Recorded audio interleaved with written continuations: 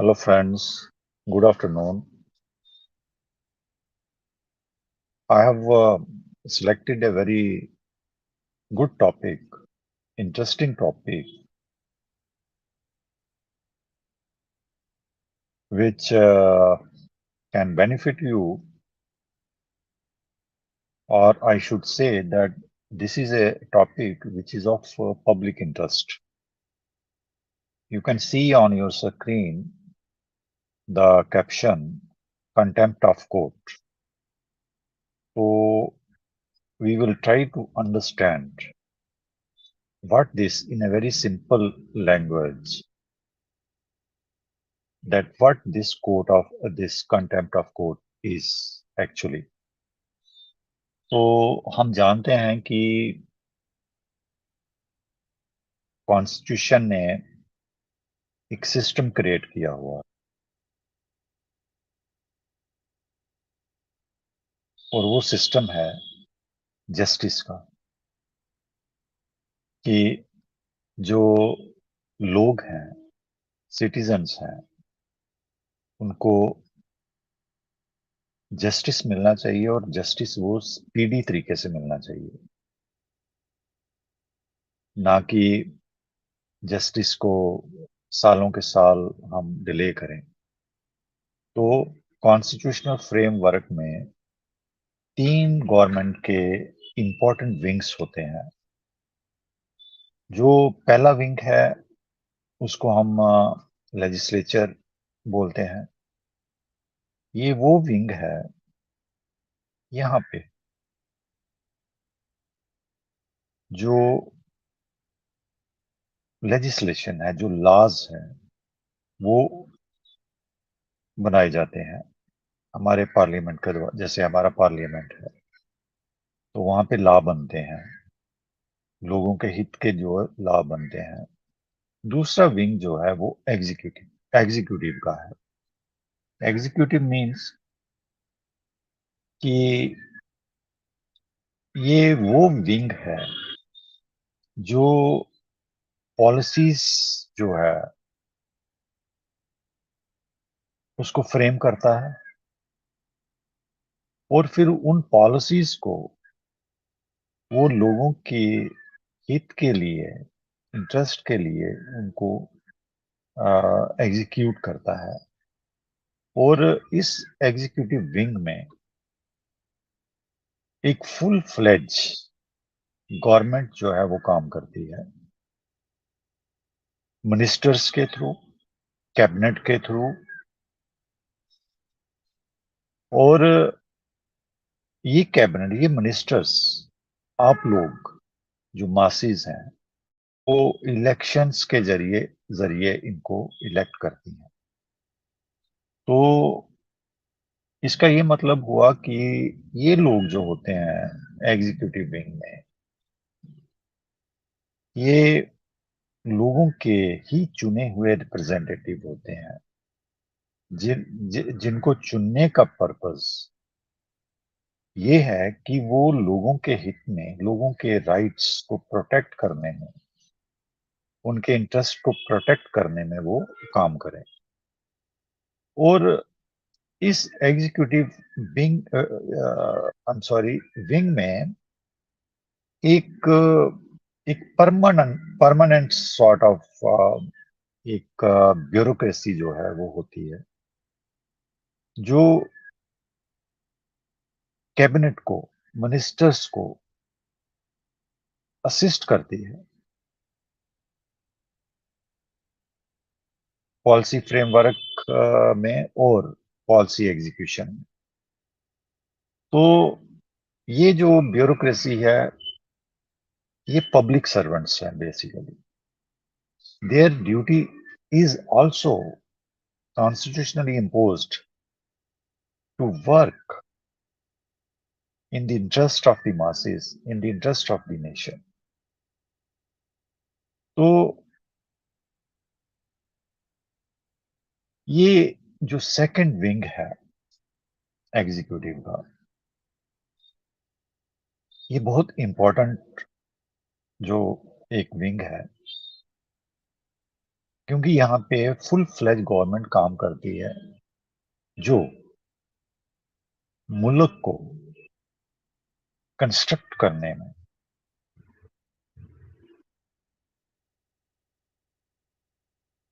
काम करती है constitutionally.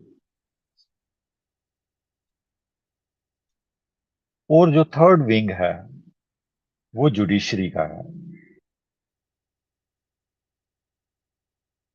As you all know that judiciary plays a very important role to guard the constitutional values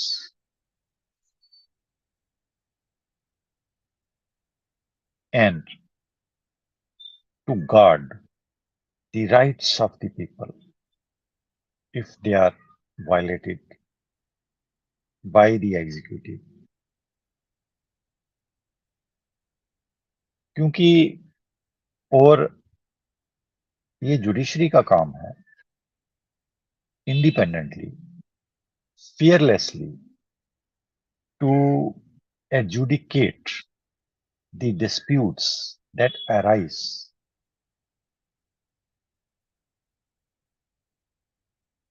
between the state and the individuals, between individual to individual. ये judiciary का काम है। और third जो judiciary का काम है, interpretation of law, to give meaning to the law,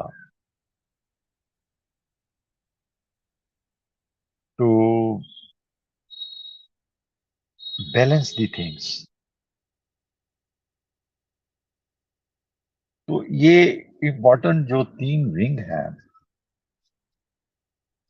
ये किसी भी मुल्क का एक लाइफलाइन होती है। इनके बिना सिस्टम जो है कैन नॉट ट्रेवल फॉरवर्ड।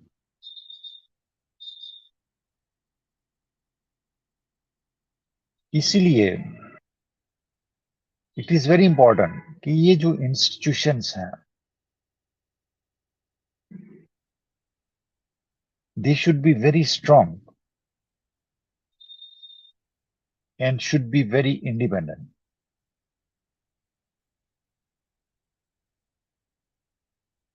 और जो यहां तक so far as litigation is concerned, we have seen that state, that is executive, is the biggest litigant today. The maximum litigation that is against the state, may it be the service side, may it be the violation of the fundamental rights, or anything else. The state is the biggest litigant today. Therefore, it becomes more important for the judiciary to be more vigilant, to be more fearless, to be more selfless, to be more consistent,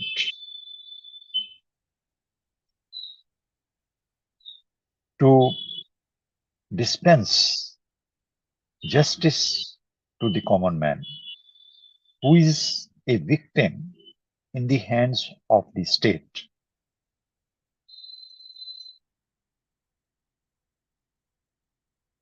हमने देखा है over the years, I have seen in my law practice that the system of delivery of justice system is very, very slow.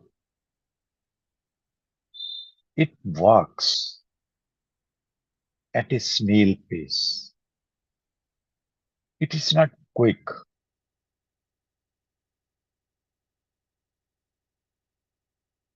The reason is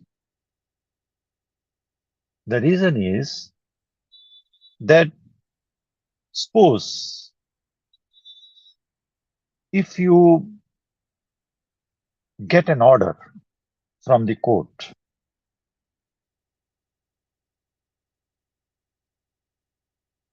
that order is not implemented.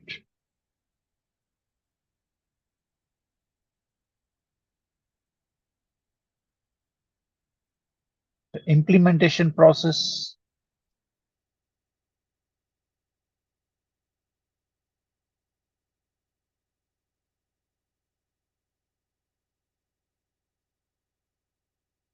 the implementation process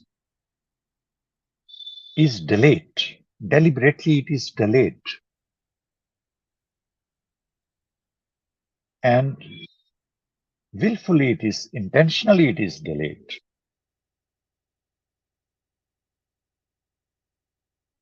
So, then what is left with the person who got an order from the court in his favor, but that order he's not uh, reaping the fruits of that order? Then what is the alternative? State is very strong. He alone cannot push the state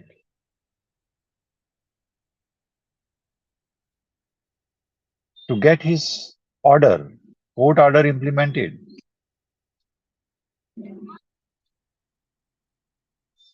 State, its officers, its staff,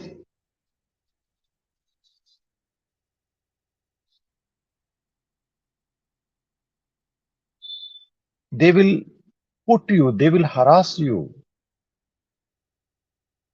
they will make you run to get that order implemented.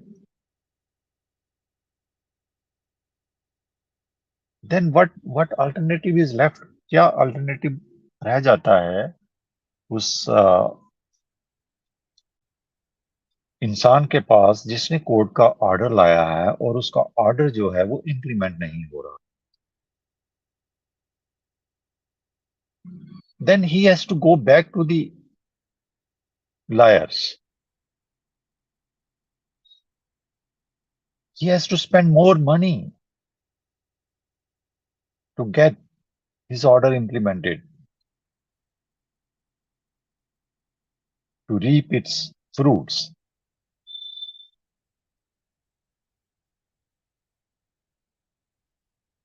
तो यहाँ पे जो है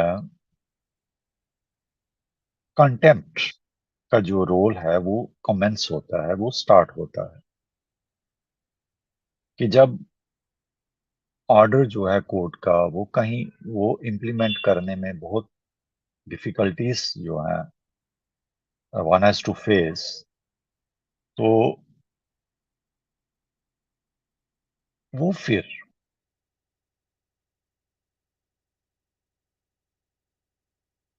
court में वापस जाता है। किस कोर्ट में वापस जाता है? जिस कोर्ट ने ऑर्डर को पास किया है, और उसको बोलता है कि भाई ये आपने ऑर्डर पास किया था, लेकिन इस ऑर्डर का तो मुझे आज तक कोई फायदा हुआ ही नहीं। वो तो मान ही नहीं, वो जो स्टेट है, जो डिपार्टमेंट है, वो तो इस ऑर्डर को मान नहीं रहा है, वो इसको इम्प्लीमेंट नहीं कर रहा है। तो मैं क्या करूं? वो इसको डेलिबरेटली, विलफुली, इंटेंशनली इसको वायलेट कर रहा है, इसका ब्रीच कर रहा है, तो मैं क्या करूं? ही प्रेज टू द कोर्ट कि भाई कम से कम जो आपने मुझे ऑर्डर दिया है इसको इम्प्लीमेंट तो करवाइए। तो when the इससे पहले मैं आपको बताना चाहता हूं कि कंटेम्प्ट होती क्या है। इसके लिए प्रोसीजर्स हैं। हमारा एक अलग से लॉ है जिसको हम कंटेम्प्ट ऑफ कोर्ट कहते हैं।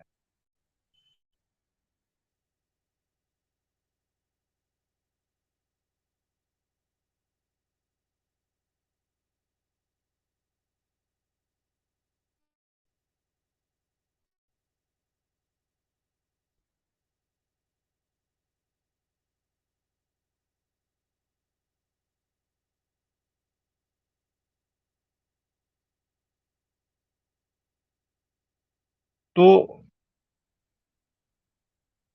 कंटेम्प्ट जब कोर्ट कोई ऑर्डर पास करती है और उस ऑर्डर की वायलेशन होती है, ब्रीच होती है, उसको इम्प्लीमेंट नहीं किया जाता,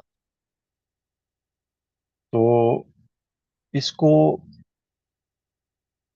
एक ऐसा एक्ट माना जाता है जो कि हमारी कोर्ट्स की जो डिग्निटी है उसको लोअर करता है।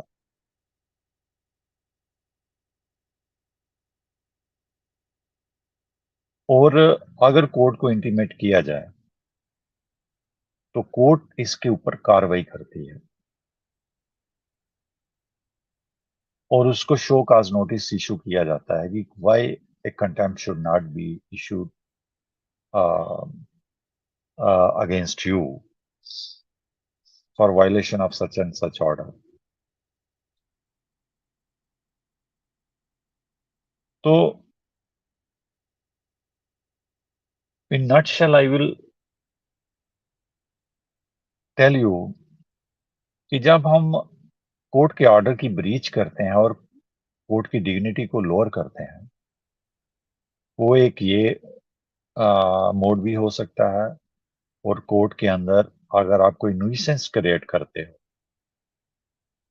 या कोई ऐसी बात बेंच को बोलते हो, वहां पे जो एडवोकेट्स हैं जो काज को एडवोकेट कर रहे हैं उनके खिलाफ कोई बात करते हो कोर्ट रूम में, उनसे झगड़ा करते हो, कुछ भी ऐसा करते हो जिससे डिग्निटी जो कोर्ट की है, जो एडमिनिस्ट्रेशन ऑफ जस्टिस है, उसमें ऑब्स्ट्रक्शन होती है, कोर्ट की डिग्निटी लोअर करते हो, तो उसको हम कंटेम्प्ट बोलते हैं।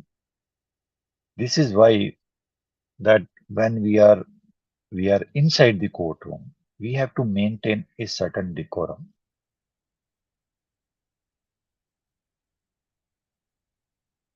so that the dignity of the court is not lowered, so that there should be no any sort of nuisance which could obstruct the administration of justice. This is the reason that we have to maintain a set decorum inside the courtroom, which is fully under the control of the presiding officer at that point of time. तो ये आप लोग याद रखिए, सब लोग जितने भी हैं, जब लोग आप लोग इवन द प्रोफेशनल्स, कि जब आप कोर्ट रूम में जाते हो तो अपने आप के ऊपर रेस्ट्रेंट लगाइए, अपने आप को साइलेंस मोड पे रखिए। क्योंकि अगर आप ऊंची ऊंची बातें करोगे कोर्ट रूम में, तो it amounts to a nuisance which may obstruct, which may disturb the court, the counsels arguing there.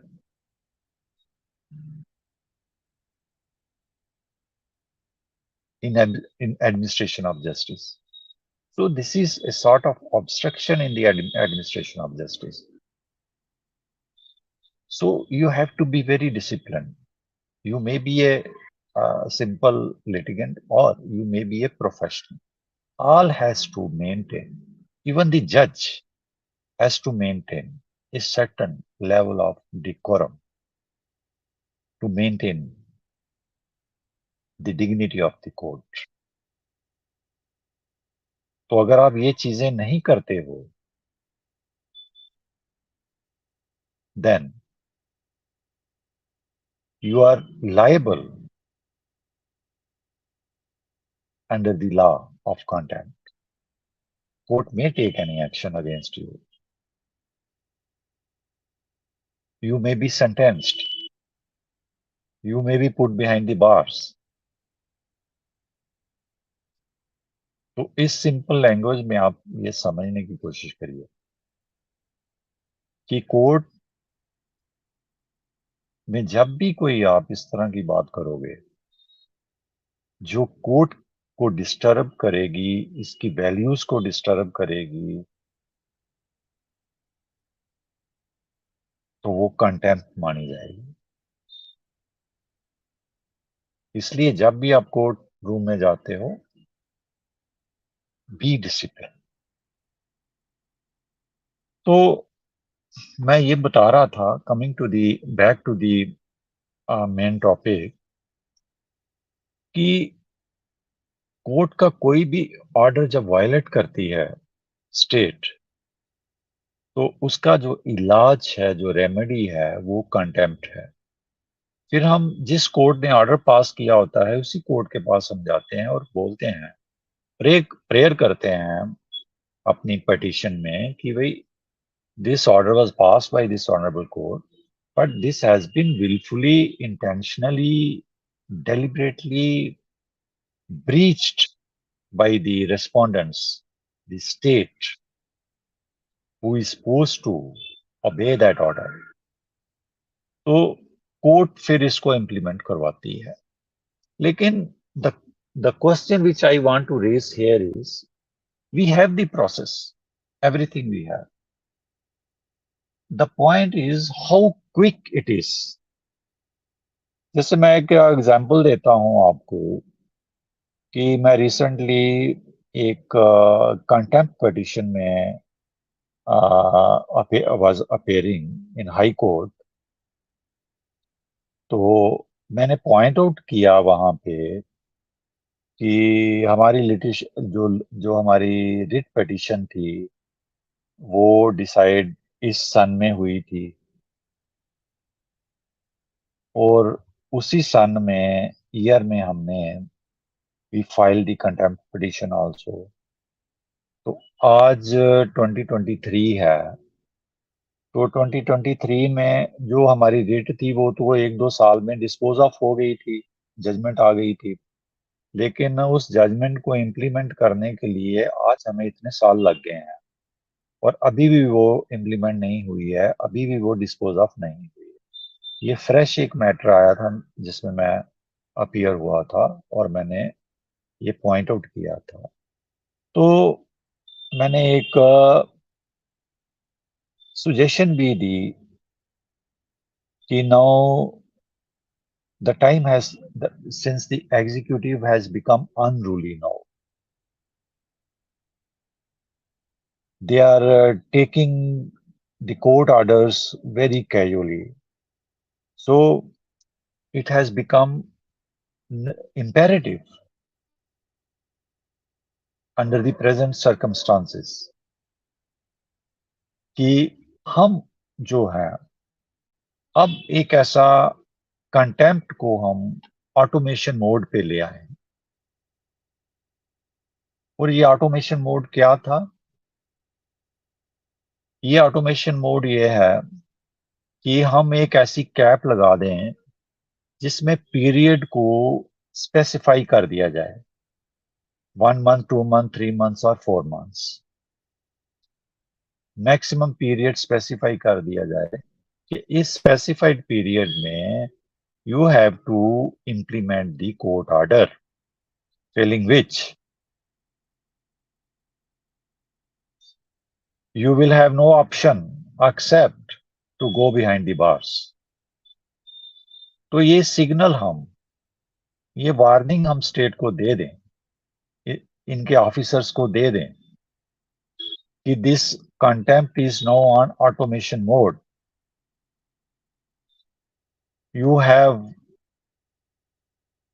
this much, this the maximum time to implement this order. Otherwise, be ready to face the contempt. क्योंकि contempt को हम एक parallel litigation के mode में नहीं ले सकते हैं कि एक ऑर्डर जो मेन ऑर्डर है कोर्ट का उसमें 2 साल लगे हैं तो उस ऑर्डर को इम्प्लीमेंट करने के लिए 7 साल लग जाए या 8 साल लग जाए. This is where I was concern about the system. A litigant cannot afford to have a parallel litigation.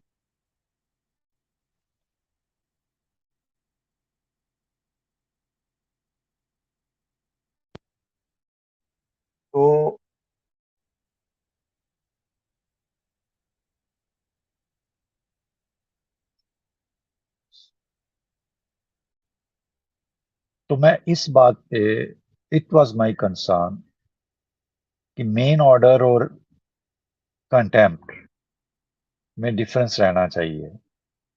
Contempt should have A cap of period, specified period, stipulated period in which the state, the contemner, is to is to implement the order, and thereafter the contemner should not have any option except the to go behind the bars. Only then we can put the state, its officers into task. Otherwise, they will keep on flouting the court orders as long as they wish. So, putting the contempt on automation mode means that the court is monitoring the process. So, this is very important. क्योंकि सबसे ज्यादा हमें जो आज जो problems हैं implementation of order की वो स्टेट है. स्टेट के पास इतना स्ट्रक्चर होता है कि वो छोटे छोटे पॉइंट्स के ऊपर इन चीजों को डिले करती है और डिले में कई कई साल लग जाते हैं. तो court has to be conscious about it कि कंटेम्प्ट जो है should not dragged into years and years and years together. तो ये मेरे ही केस में एक जो मुझे अभी रिसेंटली मेरे पास मैंने जिसमें आई टुक ओवर द चार्ज, तो उसमें मैंने पॉइंट आउट किया कि आप देखिए कि हमारा रिट ऑर्डर कब हुआ था, with in span of 2 years. और देखिए हमारा जो कंटेम्प्ट है उसी रिट ऑर्डर को उसके फ्रूट्स लेने के लिए, उसको इम्प्लीमेंट करने के लिए, ये हमारी कंटेम्प्ट है जो 2023 में भी डिस्पोज ऑफ नहीं हुई है. Then court took it very seriously.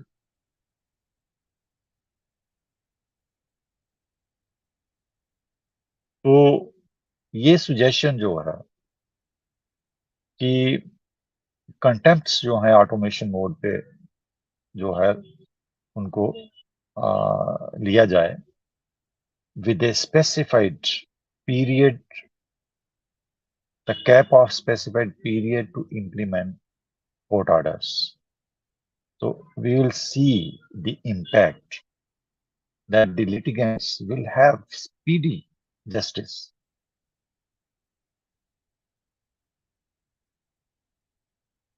तो ये सारी चीजें जो हैं ये हमें देखनी है कि जो बेनिफिट, जो ऑर्डर का बेनिफिट है, कोर्ट ऑर्डर का जो बेनिफिट है वो लोगों को जल्दी से जल्दी हो. और जो कंटेमनर्स हैं, जिनको ये ऑर्डर्स इंप्लीमेंट करने हैं, उनको ये डर हो, उनके ऊपर डेटरेंस हो, ये अगर हम इस ऑर्डर को विदाउट एनी लॉफुल जस्टिफिकेशन अगर हम इसको इंप्लीमेंट नहीं करते हैं, तो we have to face the condemn and we might put into the jail also. ये डर क्रिएट करना बहुत जरूरी है on state and its officer, its bureaucracy, who are the main flouter of the court orders. Hopefully, you might have understood to some extent what my topic is, and you will understand more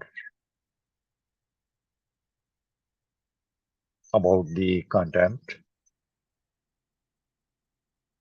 Those who have not listened to this topic live. So once again, I would request, when you are inside the courtrooms, try to be disciplined, try to be fully restrained so that the dignity of the court be maintained in your interest. Thank you very much. Thank you.